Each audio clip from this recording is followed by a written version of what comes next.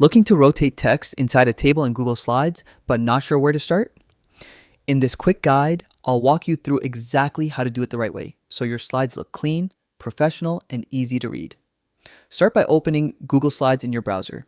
Type Google Slides into the search bar or go directly to the site. Sign in with your Google account if you haven't already. Once you're on the homepage, open an existing presentation or create a new one. Either a blank slide or one of the ready-made templates will work perfectly. Inside your presentation, insert a table by going to the top menu bar and clicking Insert, then Table. Choose the number of rows and columns you need. Think of it as a grid where your content will live. Click any cell and type in the text you want. It works just like entering text in a document or spreadsheet. Try to keep the text within the cell so it stays neat once you rotate it. Now, highlight the text you want to rotate. You can click and drag your cursor across it or use Shift with arrow keys to select it. Highlighting is important. Google Slides needs to know exactly what you want to rotate. With the text selected, head to the top toolbar and click Format.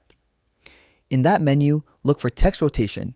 A few options will appear like Rotate Clockwise, Rotate Counterclockwise, or Custom if you want something more specific.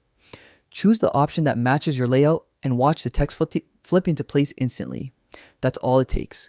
Rotating text inside a table is a small trick that can save space and give your slides a cleaner, more polished look. Try it out in your next project and make your layout work smarter for you. If this helped, stick around for more Google Slides tips and simple design hacks you can use right away. Thanks for watching, and I'll catch you in the next tutorial.